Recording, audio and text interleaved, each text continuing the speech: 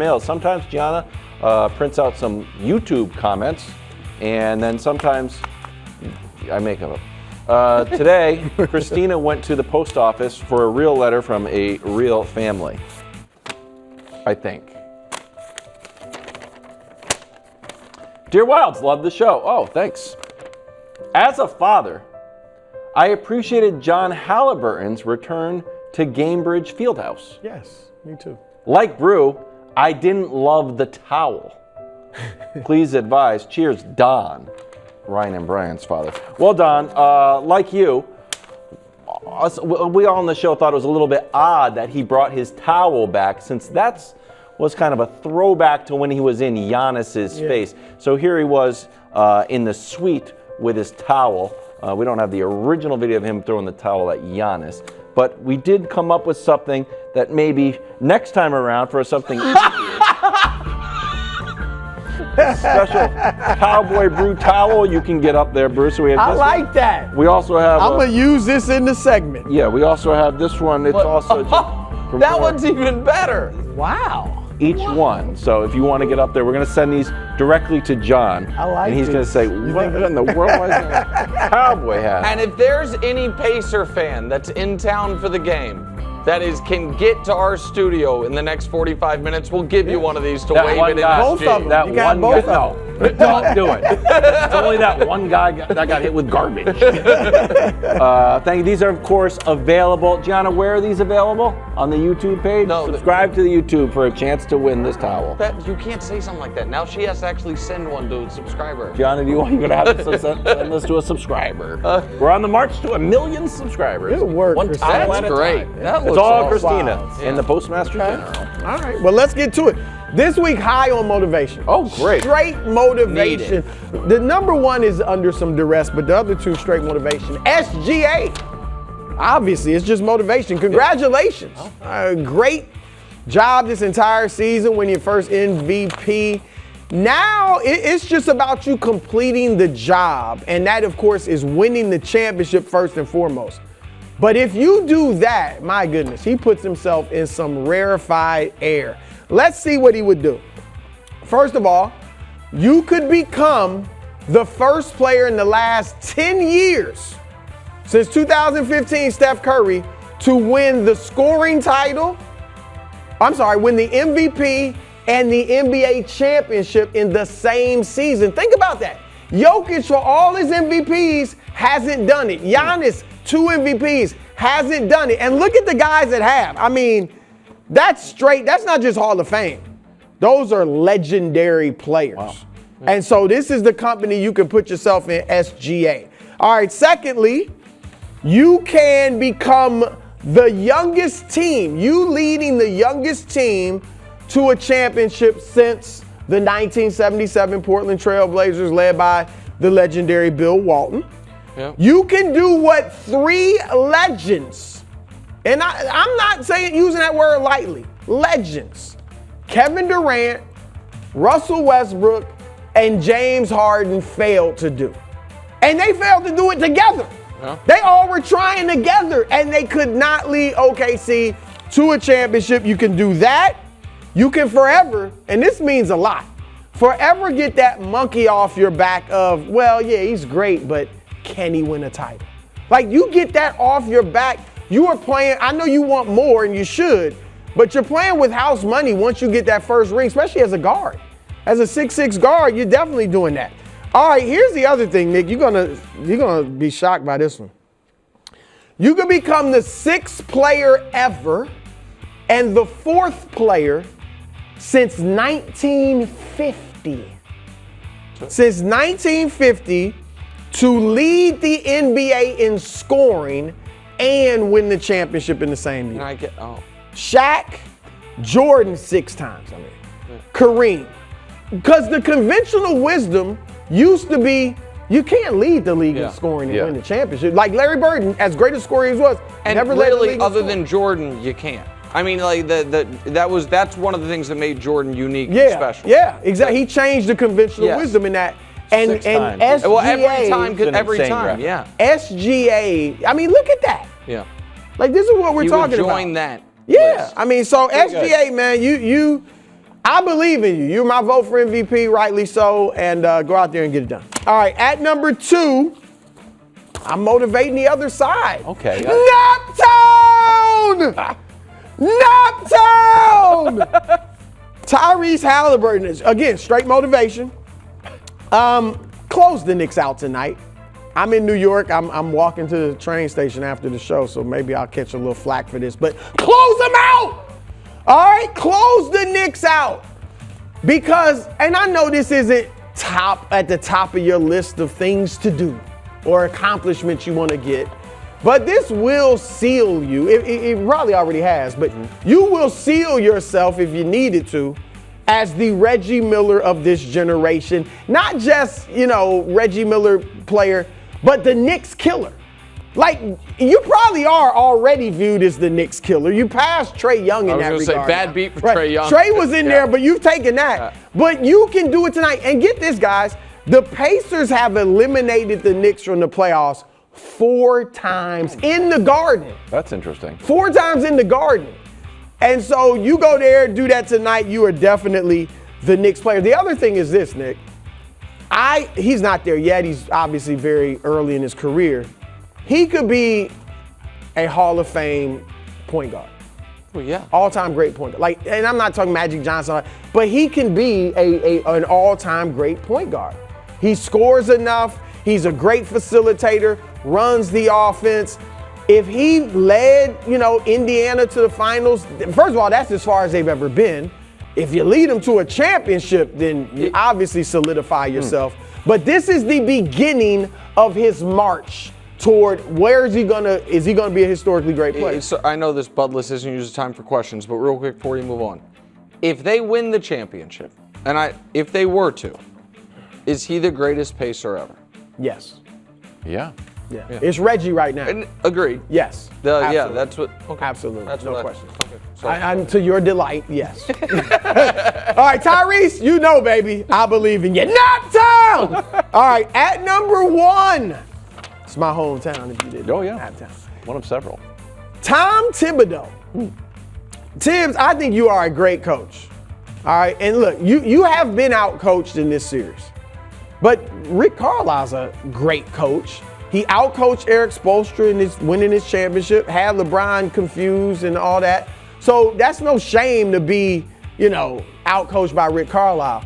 And I know I was saying earlier in the season, if the Knicks have a disappointing postseason run, a failed postseason run, they should look at a new coach. Wasn't because Tibbs isn't a great coach, but just you need a new voice. I no longer believe that. I think you should be back no matter what happens. I don't care if you get beat by 40 tonight. You should be back next year as the head coach. But will Knicks fans feel that way? I think so, right? There's already seems like a little chatter out there and people criticizing Tibbs. We know the usual reasons, doesn't play his bench and so on and so forth. I would say this to Tibbs, though, because you are going to catch heat from the fan base if you lose tonight. Again, losing again to the Pacers at home, being eliminated by them, at least push it to a 6th game, get beat in Indiana. You push it to 7 now, you could lose at home again, but still getting to a 7th game or having a chance to win it. You need to win the night. And these are 2 things I try to give Tibbs. I know he knows more basketball than me. But when I look at the Knicks team, this is what I think they should look at when they sit down as a coaching staff. How can we get better? I think their offense has got to become more ball movement and player movement. You see the Pacers have a ton of ball and player movement. Guess who else does? The Golden State Warriors, who tend to play above their talent level as well. The Knicks, I think OG and Mikal Bridges and obviously Cat can score. And so I just think Brunson at 24 points and 9 assists or something and more ball movement, I think they'd be a better team and could maybe win a championship. And I also think it showed in this series, Nick, you can play the bench. Like Shamet, nobody's expecting him to be an all-star, but he can get some minutes. DeLon Wright, and next year you might have different players on the bench, but you got to play deeper. The Knicks starting 5 has played like 700 more minutes than the next 5 group of any team at this point. And so they're worn out. Yep. So those are legitimate criticisms of Tibbs that I think they should work on this offseason. But Tibbs, I believe in you. So far, that was Get it done motivational. Great. Budless as always. It's time now, whether you like it or not, for the Sports Media Ombudsman. Can I ask you a 413 on Thursday. What?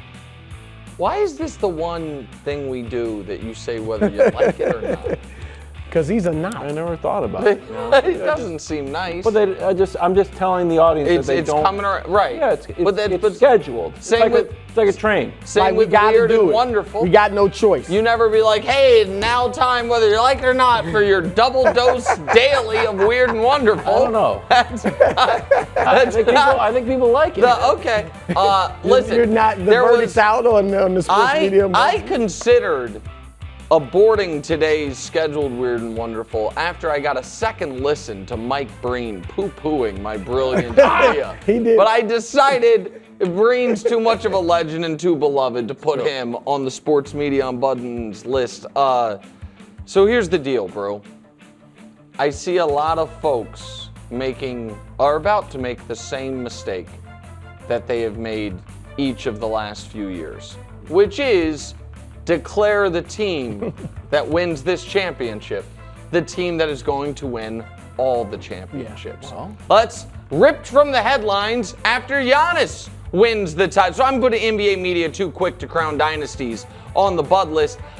Let's see what people were saying when Giannis won his first title. Why Giannis Antetokounmpo? The Milwaukee Bucks believe they can be the NBA's next great dynasty. Great dynasty, not even a dynasty. Right. Great dynasty. Jordan Bulls. Right. What about after Joker and the Nuggets won? Inside the Nuggets plan to build a dynasty. They didn't even try.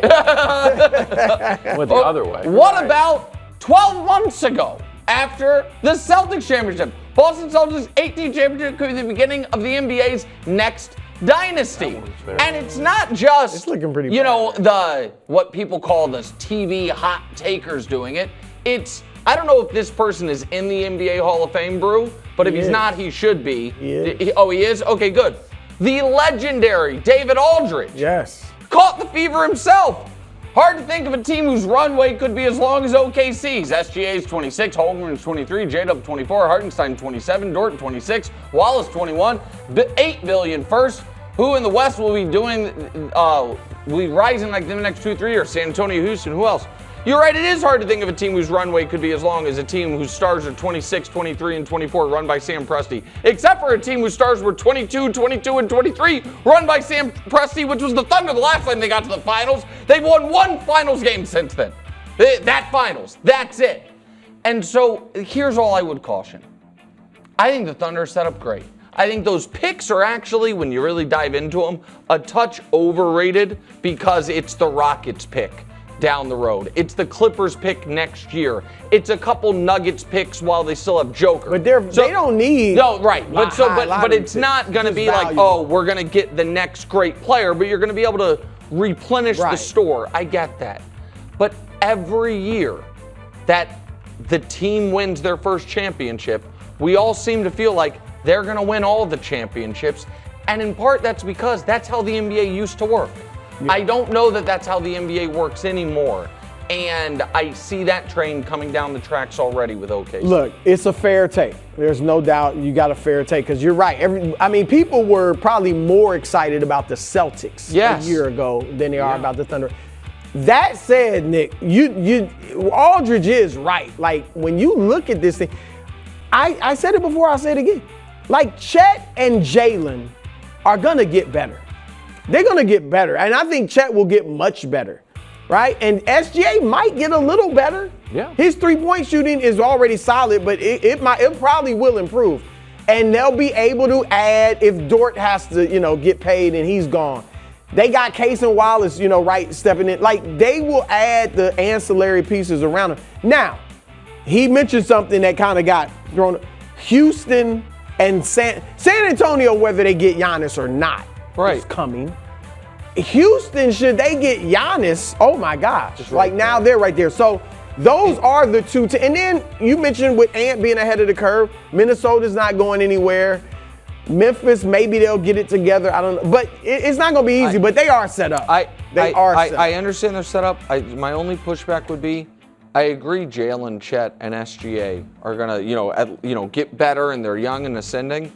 I think, and Wildes earmuffs here. Don't say it. That in the second apron era, a team that got rid of James Harden pre-aprons because they're not a luxury taxpayer, it is a little naive to assume, well, that team's they're young and you can pay them the most, therefore they're going. That's not. It's hard to have three max right. guys. That's not the NBA anymore. Yeah. No, What? that's why they have the picks. Yeah.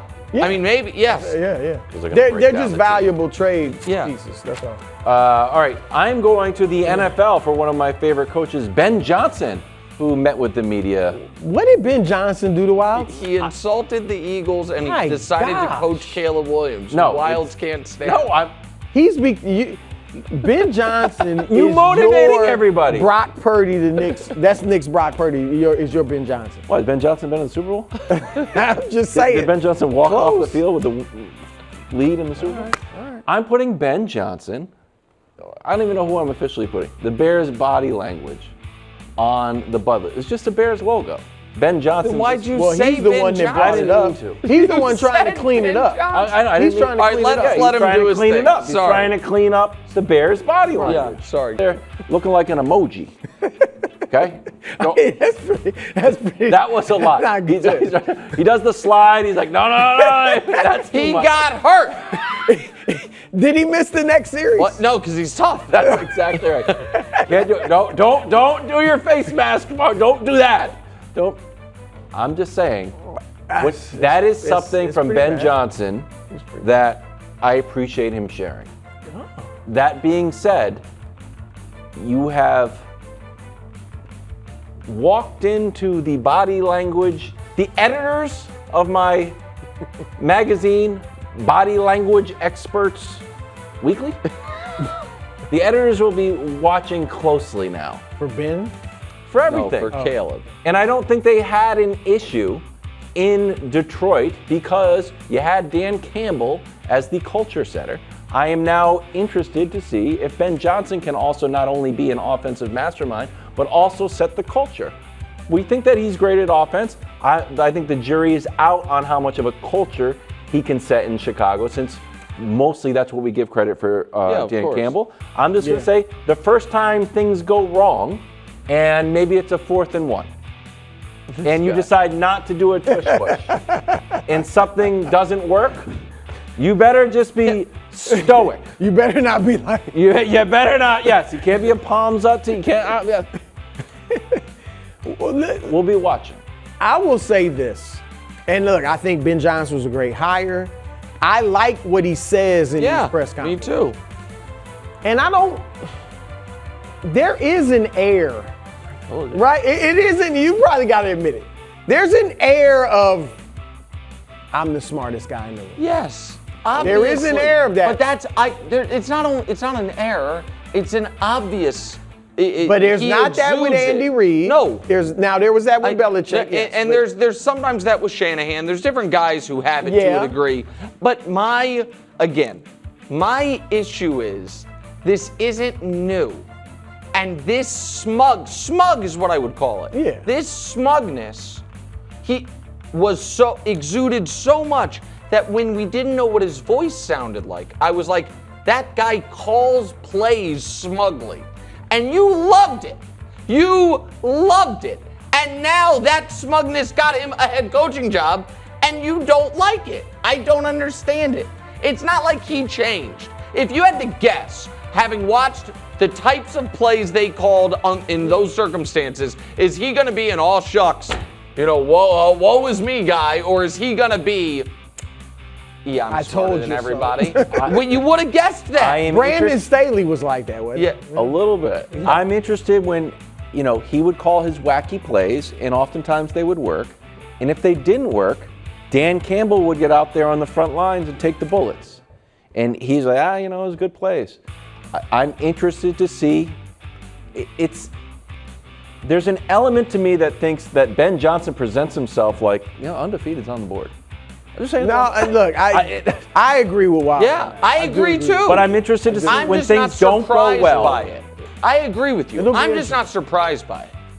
And I'm not saying you're surprised by it either. No, I think he has presented himself that way. Yeah. Thanks for watching. Subscribe here to get more from the show and to check out clips from other shows on FS1.